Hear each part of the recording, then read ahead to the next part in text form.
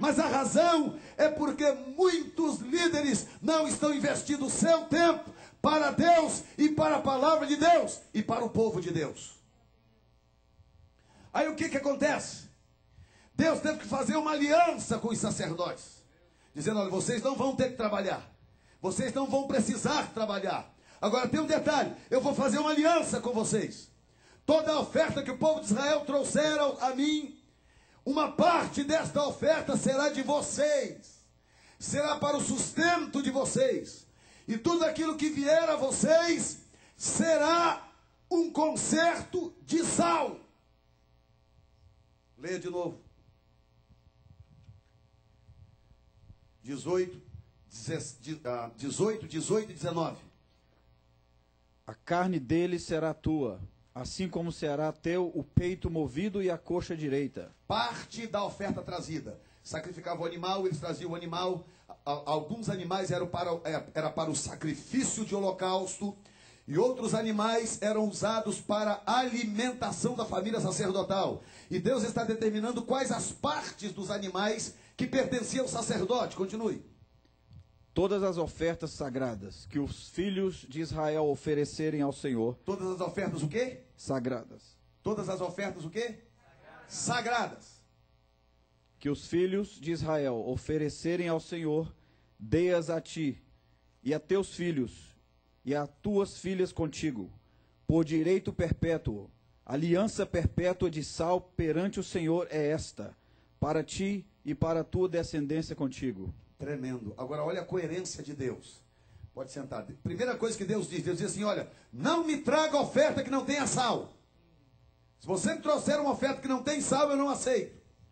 Aí lá na frente Deus diz para o sacerdote: olha, toda oferta sagrada. Por quê? Porque para a oferta ser sagrada tinha que ter o quê? Sal. E Deus diz: toda oferta sagrada que os filhos de Israel trouxerem a mim, uma parte dela de vocês, e isto é uma aliança eterna de sal. Então o sal, ele tinha, em primeiro lugar, o poder, ou o simbolismo de dar validade à oferta.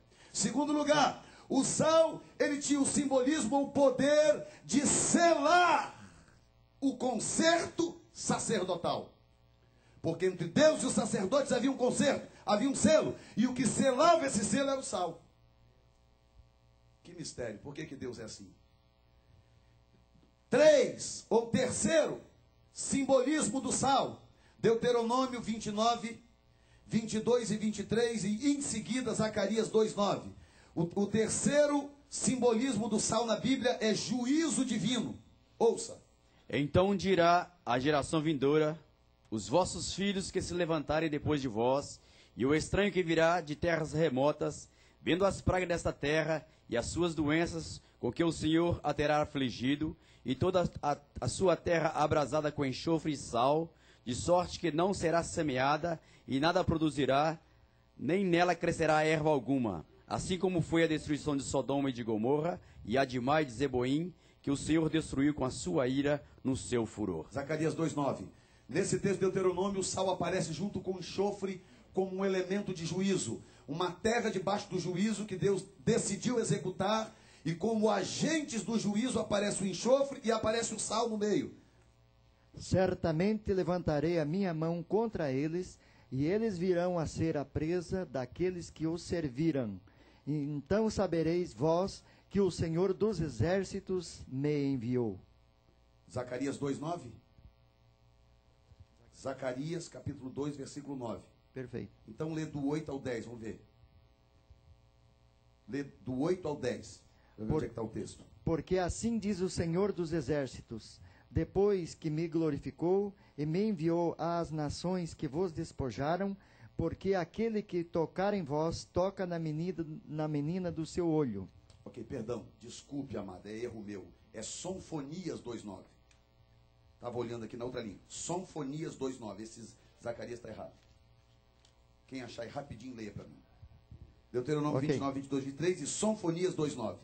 Portanto, tão certo como eu vivo, diz o Senhor dos Exércitos, o Deus de Israel, Moabe será como Sodoma, e os filhos de Amon como Gomorra, campos de urtigas, poços de sal.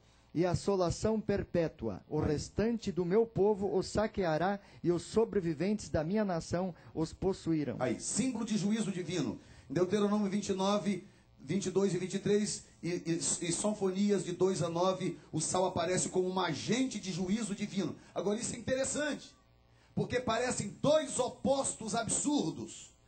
Um elemento que determina o grau de aceitação de uma oferta e um elemento que determina o pacto de Deus com o sacerdote. E ao mesmo tempo esse elemento aparece como um agente determinador de juízo.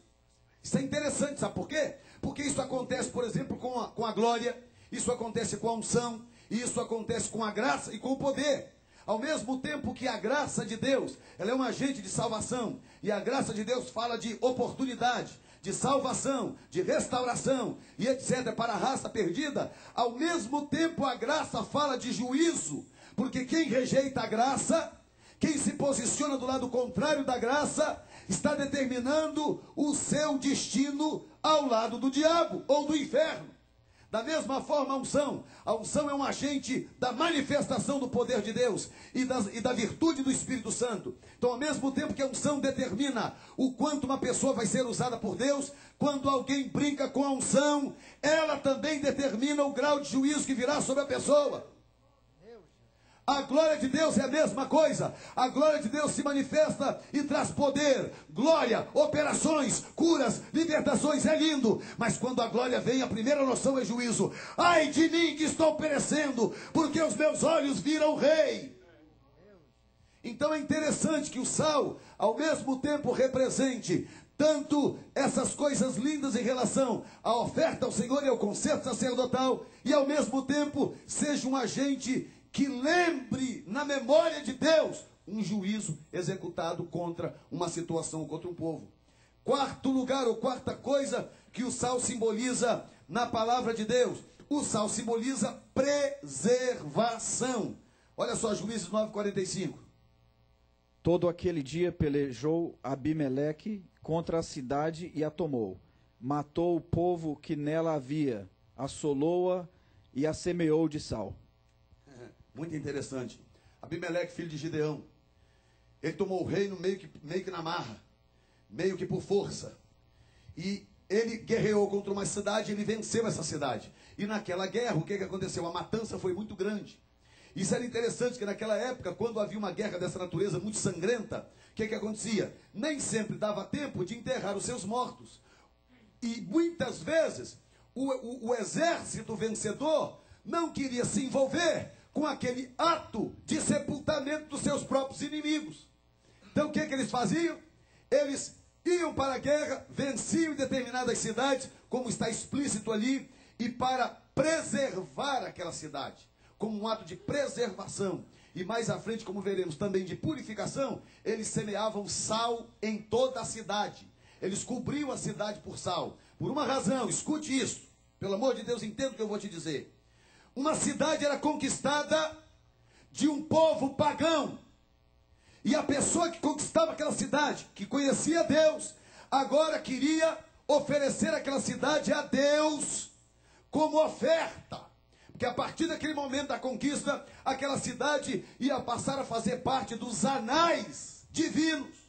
E o que acontece? Deus não aceita nenhuma oferta sem sal. Então o camarada vencia a cidade, o que ele fazia? Ele espalhava sal na cidade, porque quando ele espalhava sal na cidade, o poder daquele simbolismo trazia uma espécie de preservação e de purificação, para que aquela cidade fosse ofertada a Deus, como Davi fez com Jerusalém, que pertencia aos jebuseus. Jerusalém hoje é a cidade perfeita, é a cidade de Deus, é a cidade santa, é o cálice de tontear das nações. Mas Jerusalém foi uma cidade pagã.